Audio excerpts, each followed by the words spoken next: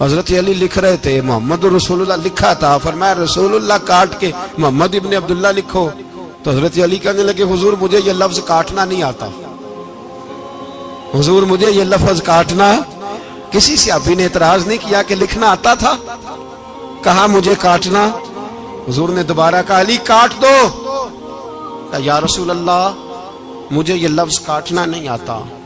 میرے حبیب نے تیسری دفعہ کہا علی کاٹو، تو شیر خدا نے قلم چھوڑا، ہاتھ باندھے اور کھڑے ہو کہنے لگے محبوبہ مجھے تیرے قصیدے لکھنے آتے ہیں، کاٹنے کوئی نہیں آتے، میں مجبور ہوں، مجھ سے نہیں ہوتا، کوشش کرتا ہوں، نہ قلم اٹھتا ہے نہ ہاتھ چلتا ہے۔ میرے حبیب پاک نے قلم پکڑا اور لفظ رسول اللہ خود کاٹ کے محمد ابن عبداللہ کرایا۔ بھائی وقت گزر گیا، صلح ہو گئی، یہ تدبر، یہ حوصلہ، یہ تدبیر میرے نبی نے فرمائی۔ اب تو 1400 کو مکے نے نہ داخل ہونے دیا، لیکن ایک سال ہی گزرا، تھوڑا ہی وقت گزرا، میرے رسول پاک 10,000 کو لے کے مکے میں داخل ہو گئے۔ 10,000 اس نے فائدہ دیا۔ حکمت کیا تھی، تدبر کیا تھا؟ قریش روز لڑائی کرنے آ جاتے تھے، تبلیغ ہی نہیں کرنے دیتے تھے، ان سے صلح ہو گئی تو نبی پاک نے کیسر کو خط لکھا، کیسر روم کو، ہرکل کو، دور دراز تبلیغ پھیل گئی، مسلمان 100,000 سے زیادہ ہو گئے، ان کی طرف سے اب وہ لڑائی بند ہو گئی۔ میرے حبیب پاک علیہ السلام کے حوصلے نے کمال دکھایا، اس تدبیر نے فائدہ دیا امت مسلمہ کو۔ 10,000 کا لشکر لے کے حضور کعبے میں داخل ہوئے۔ کل جو ابو سفیان کہتے تھے نا محمد رسول اللہ لکھنے نہیں دوں گا، آج وہ خود کہہ رہے تھے اشہد ان لا الہ الا اللہ واشہد ان محمد رسول اللہ صلی اللہ علیہ۔ کل جو کہہ رہے تھے کہ میں یہ لفظ نہیں لکھنے دوں گا، آج ابو سفیان کی حویلی میں لاکھوں لوگ، ہزاروں لوگ بیٹھے تھے اور سارے کہہ رہے تھے محمد الرسول اللہ محمد الرسول اللہ محمد الرسول اللہ صلی اللہ علیہ وسلم۔ میرے محبوب کی تدبر نے، فقاہت نے، اور پھر کمال ہوا۔ 1400 کہاں اور 1,44,000 کہاں، 1400 کہاں اور 1,44,000۔ 1400 کو نہیں جانے دیا عمرہ کرنے، میرے رسول پاک 1,44,000 کو لے کے حج کرنے چلے گئے۔ حضور نے حج کیا، ہر طرف لبیک لبیک کی صدائیں بلند ہوئی۔ یہ میرے نبی پاک کا تدبر ہے، حوصلہ ہے۔ اگر وقتی طور پہ حوصلہ کر جاؤ گے، دلیری کر جاؤ گے، آنے والا وقت آسان ہو جائے۔ حوصلہ نہیں، صبر نہیں، سکون نہیں، دو چار باتیں، یہاں تک کہ لوگ ابا جی کی بات برداشت نہیں کرتے، ایسے جملے کہہ دیتے ہیں جو دوبارہ پلٹ کے نہیں آتے، ماں کو لفظ نہیں بولتے، باپ کی روح تک چھلنی کر دیتے ہیں وہ جملے، لیکن لوگ اس وقت حوصلہ کرنے، اور ہم پنجابی لوگوں نے تو گنجائش ہی بڑی دے دی ہے، کہتے ہیں بچہ ہے جے ایک ہی ہے، ایک میں حوصلہ کرے کی ہے ماشاءاللہ۔ تو اگر جوان ہو گیا تو کہتے ہیں گرم خون ہے، مکہ کب۔ اگر بوڑھا ہو گیا تو کہتے ہیں بوڑھوں میں حوصلہ نہیں ہوتا، نہ بچے میں نہ تو کس میں حوصلہ ہوگا؟ بولے کسی میں بھی نہیں۔ چھٹی سب کو فتویٰ مل گیا نا، یہ بچہ ہے جی، ابھی یہ تو بچہ ہے، آپ تو سیانے بیانے ہیں، یہ بچہ ہے۔ کمال ہو گئی ہے بھائی، کیا مطلب ہے بچہ ہے؟ بچے کو سارا پتہ ہے، ہر چیز اسے آتی ہے، حوصلہ کرنا ہی نہیں آتا، اور پھر کہہ دیا وہ تو گرم خون ہے۔ وہ کیا بات کرتے ہو، گرم خون؟ ابے کے گلے پڑ گیا گرم خون، اس کو کھڑا کرو نا ایس پی کے سامنے اور اس کو مار تھپڑ اس کے منہ پہ، تیرے گرم خون کا پتہ چلے۔ غریب کے یہ گلے پڑ گئے، اس کو کھڑا کرو ایس او کے سامنے، پھر پتہ چلے گا خون کتنا گرم ہے۔ وہاں بالکل چپ ہے، بالکل خاموش ہے، اور گرم خون اس کا صرف اماں کے لیے، جلال صرف رہ گیا اگر غریب گھر کی بیٹی بیاہ کے لایا تو صرف اس کے لیے، کوئی ایسی بات نہیں۔ ہم بڑے سیانے، ہمارا غصہ بڑا سمجھدار ہے، ہمارا وہ گرم خون بڑا سیانا ہے، وہ جہاں دیکھتا ہے کہ معاملہ ہلکا ہے تو وہاں وہ گرم خون جلال میں، اور جہاں دیکھتا ہے کہ سامنے والا تگڑا ہے تو وہاں وہ گرم خون فوراً ٹھنڈا ہو جاتا ہے۔ حوصلہ پیدا کریں، زندگی حوصلے مند لوگ جیتے ہیں، جو حوصلے مند نہیں ہوتے وہ تو زندگی کا ایک سال لطف سے نہیں جی پاتے۔ حوصلہ کریں، مسکرائیں۔ میرے نبی پاک صلی اللہ تعالی علیہ وسلم نے نا، عثمان بن طلحہ کعبے کی چابی ان کے پاس ہوتی تھی، حضور نے ایک دن فرمایا عثمان اچھا یہ نہیں تھا کہ عثمان خاص خاص لوگوں کو چابی کعبہ کھول کے دکھاتے تھے، بلکہ ان کو قریش کی جانب سے یہ حکم تھا کہ جو بھی تجھے کہے تو نے کعبے کا دروازہ کھول دینا۔ نبی پاک علیہ الصلوۃ والسلام نے نا ہجرت سے 2-4 دن پہلے کہا کہ عثمان ذرا چابی دو، میں نے کعبہ اندر سے دیکھنا ہے۔ بڑے ٹھنڈے دل سے ذرا سننا، ادھر دیکھو میری طرف، ادھر دیکھیے گا ذرا میرے بھائی۔ میں نے ایک بندے سے کہا یار پانی کی بوتل دینا دکاندار سے، ایک ہے اس نے کہہ دیا نہیں میرے پاس۔ اس بات کا کوئی غصہ بولیے، اور اگر وہ کہے سارے زمانے کو ملے گی آپ کو نہیں دینی، پھر بولے میرا خیال ہے چپ کر کے ہنس کے آ جائیں گے، سوال ہی نہیں پیدا ہوتا۔ ہم کہیں گے مجھے نہیں نہ دینی، تو نے تو دکان اٹھا یہاں سے بند کاری سے، کیا مطلب ہے سب کو دینی ہے تجھے نہیں دینی، کیا معنی ہے اس کا؟ لے کے جاؤں گا، جھگڑا ہوگا، بحث کریں گے۔ عثمان بن طلحہ سے حضور نے فرمایا دروازہ کھولو، کعبہ دیکھنا ہے۔ عثمان کہنے لگا میں ساری دنیا کو دکھاؤں گا، آپ کو نہیں دکھاؤں گا۔ کتنی سخت بات ہے، پر قربان جائیں رسول اللہ کے حوصلے پہ صلی اللہ علیہ۔ عثمان کہتے ہیں میں نے یہ بات کی تو نبی پاک مسکرانے لگے، اور میں اچھا نہیں دینی تو حضور نے نا مسکرا کے اور میری کمر پہ تھپکی دی، فرمایا اچھا یاد رکھنا یہ چابی میں تجھ سے لے لوں گا، اور جس کو میرا دل کرے گا میں اس کو دوں گا۔ عثمان کہتے ہیں روز رات کو نبی پاک کے یہ جملے میرے کانوں میں گونجتے تھے کہ حضور نے فرمایا۔ کہتے ہیں جس دن پتا چلا نا نبی پاک 10,000 کا لشکر لے کے آ رہے ہیں، تو ابو سفیان میٹنگیں کر رہے تھے، مکے کے سارے سردار تیاری کر رہے تھے، اور میرے کانوں میں ایک ہی لفظ تھا کہ حضور نے فرمایا میں چابی لے لوں گا، پھر جس کو میں چاہوں گا اسے دوں گا۔ عثمان کہتے ہیں حد ہو گئی، وقت گزر گیا، حضور آ گئے، طواف فرمایا، اور طواف کے بعد میرے نبی پاک علیہ السلام نے فرمایا بلاؤ نا ذرا عثمان کو۔ عثمان کہتے ہیں میں چابی لے کے آیا تو دوسرا جملہ کوئی نہیں۔ ساڈے نا کوئی بندہ مشورہ دے وے اودی نہ منیے، تے جے کام مونج ہو جے نا، جن جو نے مشورہ دیتا سی تے او نال ہی غوث پاک بن جاندا ہے۔ تینوں آکھیا سی نا، فوراً ہی داتا علی اجمیری ہو جاندا ہے۔ وہ کہندے تینوں پتہ نہیں میں کڈا ولی اللہ، تینوں میں آکھیا سی نا انج نہ کر، اور بندہ پریشان ہوتا ہے کام الٹ ہو گیا، اور لاگوں آکھی جاندا ویکھو جی میں تے تانوں پہلوں ہی آکھیا سی۔ جی عجیب بات ہے، شیخ چلی کی طرح پیچھے پڑ جائے گا، میں نے تو پہلے ہی کہا تھا۔ او بس کر یار، اب تو خواجہ معین الدین اجمیری ہو گیا، بس کرو۔ مشورہ ہی ہوتا ہے، کسی کا مل جاتا ہے اور کسی کا نہیں لیا جاتا۔ فوری طور پہ بندہ اٹھ کے نا تو ولایت کی 4تھی سیڑھی پہ چڑھ جائے گا، کہے گا میں تو اب دالے وقت ہوں، میں کتب دورہ ہوں، میں نے تجھے کہا نہیں تھا۔ اب بس کر یار، کئی دفعہ مشورے صحیح ہوتے ہیں، کئی دفعہ صحیح بولیے۔ نبی پاک صلی اللہ علیہ وسلم کی احد کے دن خواہش یہ تھی کہ اندر رہ کے لڑنا ہے۔ جوان صحابہ نے کہا باہر جا کے لڑائی کرنی ہے، حضور نے باہر جا کے جنگ کی، بظاہر مسلمانوں کو شکست ہوئی۔ حضور نے ایک دفعہ نہیں کہا کہ میں نے تمہیں کہا نہیں تھا اندر رہنا ہے، بس ہو گیا جو ہو گیا۔ اب اس میں فٹافٹ اگلے کو حوصلہ دو، کوئی حرج نہیں یار۔ نبی پاک سب بولیے صلی اللہ علیہ وسلم، میرے حبیب پاک علیہ الصلوۃ والسلام نے نا کہا عثمان کو بلاؤ۔ عثمان آئے تو عثمان کہتے میں نے چابی دی تو میں تیار تھا کہ اب میری بات ہوگی اور رسوائی ہوگی، لیکن کہتے ہیں قربان جائیں مصطفیٰ نے تو یہ جملہ بھی نہیں کہا کہ میں نے تجھے کہا نہیں تھا، یہ بھی نہیں کہا۔ حضور نے چابی لی، کعبے کے بت صاف کیے، نماز پڑھی، واپس آئے، فرمایا عثمان میرا وعدہ تھا تیرے ساتھ کہ جس کو میں چاہوں گا چابی دوں گا، یہ لو چابی میں تجھے ہی دینا چاہتا ہوں، لے لو رکھ لو۔ عثمان کہتے ہیں وہ چابی نہیں میرے طرف آ رہی تھی، میری طرف ایمان آ رہا تھا، وہ چابی نہیں آ رہی، ایمان آ رہا تھا میری جانب۔ کہتے ہیں میرے ہاتھوں میں چابی آئی اور میری زبان پہ کلمہ توحید جاری ہو گئی۔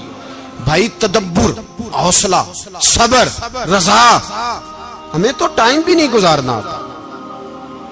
گھر کا ماحول، گھر کے اندر رہ کے لوگ دکھی ہیں، اس لیے کہ ہماری طبیعتوں میں حوصلہ نہیں، ایک منٹ کے لیے نہیں، ایک سیکنڈ کے لیے بھی ہم یہ برداشت نہیں کرتے کہ چلو تھوڑا انتظار کریں، وقت کو دیکھیں، موقع کو دیکھیں۔ میرے نبی پاک علیہ الصلوۃ والسلام پہ اتنی مصیبتیں آئیں کہ پہاڑ پہ آتی تو وہ ریزہ ریزہ ہو جاتے ہیں، لیکن کسی مقام پر بھی حضور علیہ الصلوۃ والسلام شکوہ کرتے نظر نہیں آتے. ہم غریبی کا رونا روتے ہیں، ہر چوتھا آدمی کہتا ہے بڑا غریب ہوں، لیکن میرے نبی پاک علیہ الصلوۃ والسلام نے چوتھے دن کھجور کھائی، سرکہ کھایا ہے اور موٹے بان کی چارپائی پہ آرام کیا ہے. حضرت عمر نے کہا حضور کتنی تکلیف ہے؟ فرمایا عمر کوئی تکلیف نہیں، تھوڑا سا تو وقت ہے، جنت میں جائیں گے، ساری نعمتیں اللہ نے ہمارے لیے تیار کی ہوئی ہے. راضی بالرضا، راضی بالرضا، کوئی کسی قسم کا مسئلہ نہیں. ہمیں آزمائشیں آتی ہیں، تکلیفیں آتی ہیں، بیماریاں آتی ہیں، لوگ چھوٹی چھوٹی بات پر پریشان ہو جاتے ہیں، ذرا سی بات پر شکوہ کرتے ہیں. میرے رسول پاک علیہ السلام نے فرمایا جب میرا رب کسی کو بیمار کرتا ہے تو 2 فرشتوں کو بھیجتا ہے، جاؤ میرے بندے کی تیمارداری کر کے آؤ. اللہ اکبر، خود رب بھیجتا ہے، جاؤ میرے بندے کی. تو مجھے بتائیے جب اللہ بھیجے تو پھر تندرست خوش نصیب ہوا کہ بیمار؟ جی تندرست پھر خوش نصیب کون ہوا؟ میرے نبی پاک صلی اللہ علیہ وسلم نے فرمایا رب 2 فرشتے بھیجتا ہے، فرماتا ہے پتہ کر کے آؤ میرے بندے کا اس کا کیا حال ہے. حالانکہ اللہ سارا ہی جانتا ہے. فرشتے آتے ہیں، واپس جاتے ہیں، رب کریم پوچھتے ہیں بتاؤ میرا بندہ کیا کہتا تھا؟ اللہ تجھے سارا ہی پتہ ہے، پر ہم سے پوچھتے تو بتا دیتے ہیں. وہ یہ کہتا تھا کہ میں اپنی رب کی رضا پہ بڑا ہی راضی ہوں. وہ تیری حمد کر رہا تھا، تیری تعریف کر رہا تھا، تیرا شکر کر رہا تھا، تیرے لیے کلمات حمد بیان کر رہا تھا. تو میرے نبی پاک علیہ السلام فرماتے ہیں، اللہ فرشتوں سے فرماتا ہے سنو پھر اگر میں اپنے بندے کو اس بیماری میں شفا دوں گا تو اس تندرستی سے زیادہ اچھی تندرستی دوں گا جو پہلے اسے عطا کی ہوئی تھی، پہلے سے اچھی صحت دوں گا. اور اگر اسے اس بیماری میں موت دوں گا تو پھر مرتے ہی اس کے لیے میں جنت کا فیصلہ فرما دوں گا.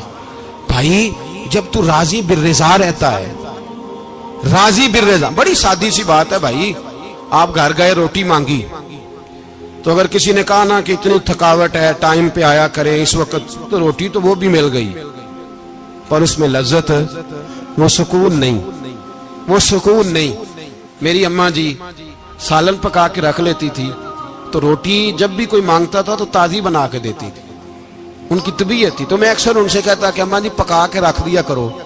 تو کہتے تمہیں خوشی نہیں ہوتی جب تمہاری اماں تازی پکا کے دیتی ہے؟ خوشی ہوتی ہے، طبیعت میں خوشی ہوتی ہے. ان کا مزاج تھا، ذوق تھا، تو ہم سمجھتے تھے یار یہ بڑی سعادت کی بات. تو آپ گھر گئے رات کو تو گھر والوں سے کہا روٹی، تو فوراً اٹھے فوراً، اور انہوں نے کھانا تازہ بنایا اور ساتھ یہ بھی کہا باہر سے نہ کھایا کرے بندہ بیمار ہو جاتا ہے. کتنی ٹھنڈک پہنچتی ہے آدمی کے دل کو، سکون ملتا. تو بھائی بیماری تو آپ نے کاٹ لی لیکن ساتھ کہو ہو بڑا بیمار ہوں، میں نے تو اتنے گناہ بھی نہیں کیے، ظلم بھی نہیں کیا، کسی کو کچھ بھی. اب بیماری تب بھی کٹ گئی پر بڑی آزمائش، مریض ڈاکٹر کے گلے پڑ رہا ہے، اس کے لواحقین جھگڑے کر رہے ہیں، بیماری وہ بھی کٹ گئی. اور ایک بیمار وہ ہے جو چارپائی پہ لیٹا ہے اور کہتا ہے جس طرح میرا اللہ راضی اسی طرح میں بھی راضی. تو بیماری اس کی بھی کٹ گئی. حضرت یونس علی نبینا علیہ الصلوۃ والسلام نے ایک دن حضرت جبریل امین ملنے آئے تو جناب یونس علیہ السلام کہنے لگے اے جبریل، اللہ کے نیک بندوں میں جو اللہ کو اس وقت سب سے زیادہ پسند ہے نبیوں کے بعد، توجہ کرنا بات پر، جو سب سے زیادہ اللہ کو پسند ہے نبیوں کے بعد ولیوں میں، اور سب سے زیادہ اللہ جس کو اللہ کی بارگاہ میں عبادت گزار لکھا جاتا ہے، میری اس بندے سے ملاقات کرا. تو حضرت جبریل نے جناب یونس علیہ السلام کو ساتھ لیا تو ایک شخص کے پاس پہنچے جو آنکھوں سے اندھا تھا، دونوں ہاتھ اس کے سلامت نہیں تھے اور پورے جسم میں پیپ جاری تھی، ریشہ تھا. جب جا کے السلام علیکم کہا نا حضرت یونس نے، اس نے وعلیکم السلام کے بعد پہلا لفظ پتہ کیا کہا؟ اس نے کہا یا اللہ تیرا شکر ہے، یا اللہ تیرا، آپ بھی ادا کریں اللہ کا شکر، یا اللہ تیرا، اللہ تیرا شکر ہے. تو حضرت یونس علیہ السلام کہنے لگے تو شروع سے اس طرح کا ہے، نابینا بھی اور ہاتھوں سے معذور بھی اور سارا جسم شروع سے. تو بڑے ہی خوبصورت لفظ اس بیمار نے کہے، کہنے لگے نہیں حضور میں بالکل ٹھیک ٹھاک تھا، جب تک میرے رب نے چاہا کہ یہ دنیا کو دیکھے تو تب تک اس نے مجھے آنکھیں دیں، اور جب اس نے چاہا کہ اب اس کا دیکھنا بہتر نہیں تو اس نے واپس لے لی. تو یا اللہ تیرا شکر ہے، اللہ تیرا شکر ہے۔ پھر کہا جب تک اس نے چاہا کہ میرے ہاتھ رہے تب تک رہے، جب اس نے چاہا کہ میرے لیے بہتر نہیں تو اس نے لے لیے، تو یا اللہ تیرا شکر ہے۔ جب تک اس نے چاہا کہ میرا جسم صحیح و سلامت رہے تو رہا، اور جب اس نے چاہا کہ میرے لیے بہتر نہیں تو مجھے بیمار کر دیا، تو یا اللہ تیرا شکر ہے۔ تو حضرت یونس علیہ السلام کہنے لگے جبریل واقعہ یہ اللہ کا سب سے زیادہ شکر گزار بندہ ہے، سب سے زیادہ عبادت گزار بندہ ہے، سب سے زیادہ۔ میرے نبی پاک علیہ السلام نے فرمایا میرا مومن ہر حال میں ہی نفع میں ہے، نعمت ملے تو شکر کر کے نفع، مصیبت آئے تو صبر کر کے نفع۔ اپنی زندگی میں تحمل، بردباری، علم پیدا کرے، حوصلہ پیدا کرے۔ ہر آنے جانے والے شخص کے مزاج کے مطابق اسے نہ ملے، اپنا مزاج صحیح رکھے، اپنی طبیعت کے مطابق اپنے ماحول کو برقرار رکھے۔ علم کے ساتھ گزارا کرو گے تو رشتہ داروں سے بھی بنی رہے گی، دوستوں سے بھی بنی رہے گی، ہر ایک سے تعلق رہے گا۔ اور اگر آپ کے اندر یہ حوصلہ نہیں تو پھر سارے معاملات پریشانی کا شکار ہو جائیں گے۔ یہ تو آج کا مضمون تھا۔ ہمیں نا لوگ مشورہ دیتے ہیں، کہتے ہیں پیر صاحب درویشوں کو سیاست کی بات نہیں کرنی چاہیے، دیتے ہیں نا مشورہ لوگ؟ جی تھوڑا تھوڑا بول دیں، تھوڑا تھوڑا دیتے ہیں نا۔ اگرچہ ہم ان کی بات نہیں مانتے، اس لیے کہ اقبال نے کہا تھا جدا ہو دین سیاست سے تو رہ جاتی ہے چنگیزی، جدا ہو دین سیاست سے تو۔ اور پہلا فکرہ یہ ہے کہ جلال بادشاہی ہو یا جمہوری تماشا ہو، جدا ہو دین سیاست سے تو رہ جاتی ہے۔ اس نے کہا جب سیاست اور دین علیحدہ علیحدہ ہوتے ہیں تو چنگیز خان اور ہلاکو خان پیدا ہوتے ہیں۔ سیاست جب تک مسجد کے اندر رہتی ہے تب تک پاک صاف رہتی ہے، وہ گندی ہوتی تب جب مسجد سے نکل جاتی ہے۔ حضرت علی کے زمانے تک مسجد میں رہی، پاک صاف رہی۔ یزید باہر لے گیا تو گندی ہو گئی۔ حضرت عمر بن عبدالعزیز دوبارہ مسجد میں لے آئے تو پھر پاک ہو گئی۔ لیکن پھر بھی ایک ساتھی نے مجھے کہا تو اس کی بات میں، سب کی باتیں نہیں مانتا، اس کی بات میری سمجھ میں آئی۔ وہ کہنے لگا جی اصل بات یہ ہے کہ سیاسی تبصرے تجزیے ہم اخباروں میں ٹی وی پہ جا کے بیٹھے، جا کے بڑی مہربانی میری طرف دیکھیں، وہ ہم سنتے رہتے ہیں تو ہمارا دل کرتا ہے مسجد میں صرف ہم رسول اللہ کا پیار ہی سنیں۔ تو میں نے کہا یار تیری بات دل کو لگتی ہے، یہ بات صحیح ہے، چلو یہ نیت اچھی ہے، یہ تیرا نظریہ ٹھیک ہے، مان گئے ہم۔ میں چلا گیا دکاندار کے پاس اور میں نے اس کو جا کے کہا کہ گاڑی کا انجن کھولو، اس طرح کرو، اس طرح۔ اس نے کہا مولانا آپ جا کے نا گھر تو فقہ کی کتاب کھولیں، اس لیے کہ گاڑی کے انجن کے بارے میں آپ کو معلومات، یہاں اگر آپ نے یہ کام کرنا ہے تو اس کو پڑھیں، کسی استاد کے پاس ورک شاپ پہ آئیں، آپ کے ہاتھوں کو، منہ کو، چہرے کو مٹی لگے، دھواں لگے، گریس لگے، پھر آپ کو پتہ چلے گا انجن کیسے کھلتا ہے۔ صحیح کہہ رہا ہوں؟ نہیں صحیح کہہ رہا؟ دھواں گلنا تو یہاں کر چڑی جائے، صحیح کہہ رہا ہوں جی؟ اگر مولوی کو اجازت نہیں سیاست کی بات کرنے کی، اور مولوی کو اجازت نہیں کہ انجن کی بات کرے، تو سیاستدان کو اجازت ہے دین کی بات کرنے کی؟ یہاں تو وہ آئے نا مدرسے میں پڑھے، پورا دین حاصل کرے، پھر وہ بولے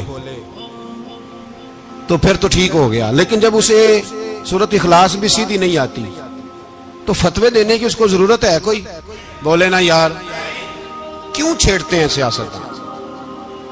ہم نہ پچھلے جمعے جلوس نکالنا چاہ رہے تھے ختم نبوت کی ترمیم کے حوالے سے، حکومت وقت نے کہا کہ ہم واپس لیتے ہیں، تو میرے بہت سارے دوستوں نے کہا جی نکالنا چاہیے، انہوں نے کیا کیوں؟ میں نے کہا یار لوگوں کو بھی پریشان نہیں کرنا چاہتے، ہماری اپنی سڑکیں ہیں، کسی کو بس ٹھیک ہے، انہوں نے واپس لے لی تو بات ختم ہو گئی، ہم مان گئے، تسلیم کر لیا۔ اتنا ہمارا مطالبہ ہے کہ اس آدمی کو ضرور سزا دو جس نے یہ ترمیم کی ہے، لیکن ہم نہیں کرتے، کوئی نہیں نکلے، نہیں نہ نکلے بولے ہیں۔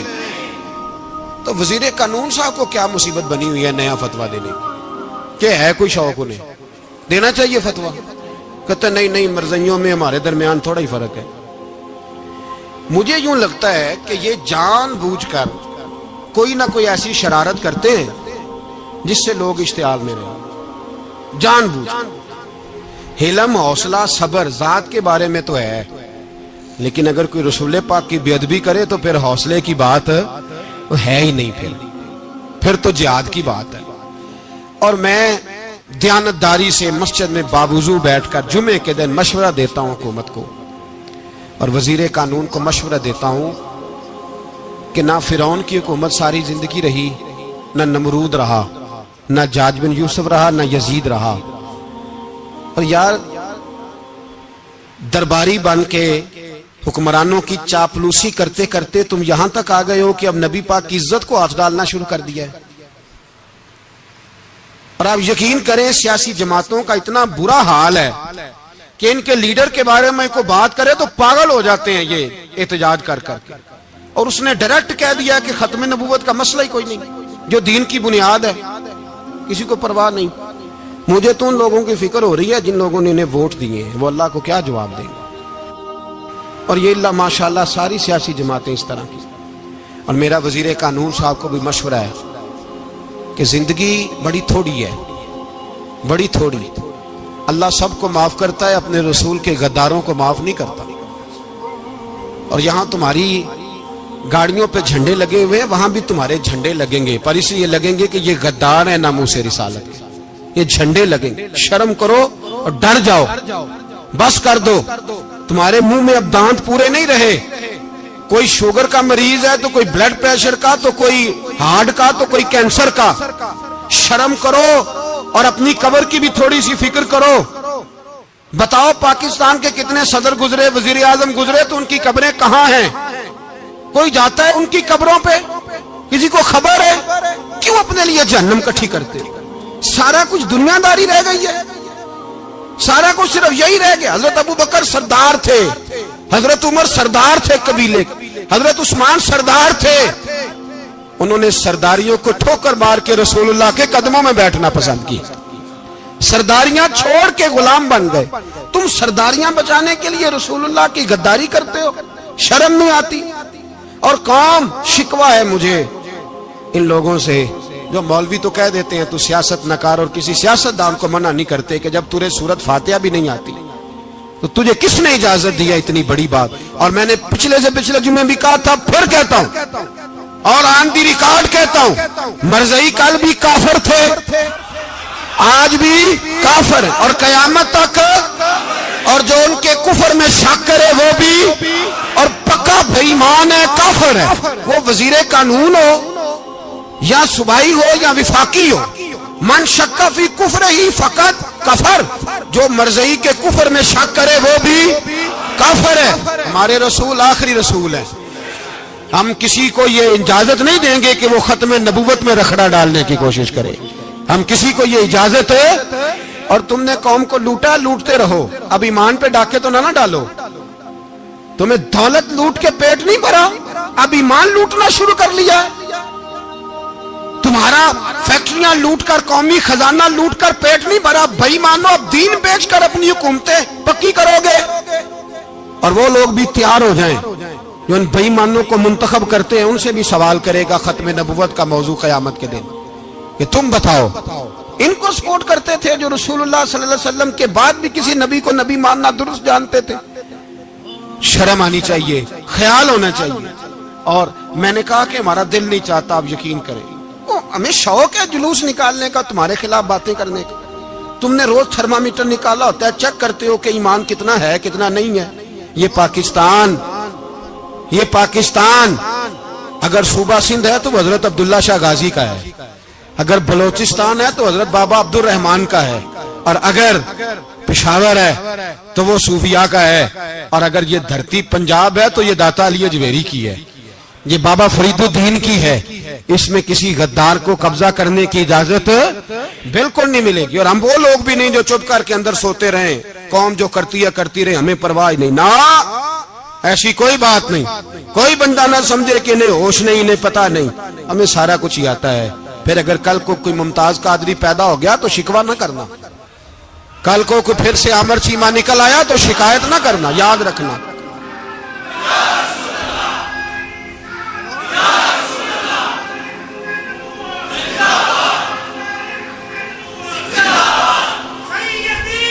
تو میرے بھائی کھل کے بولے یا نبی رسول کے وہ صلی اللہ علیہ وسلم۔ تو یہ مشورہ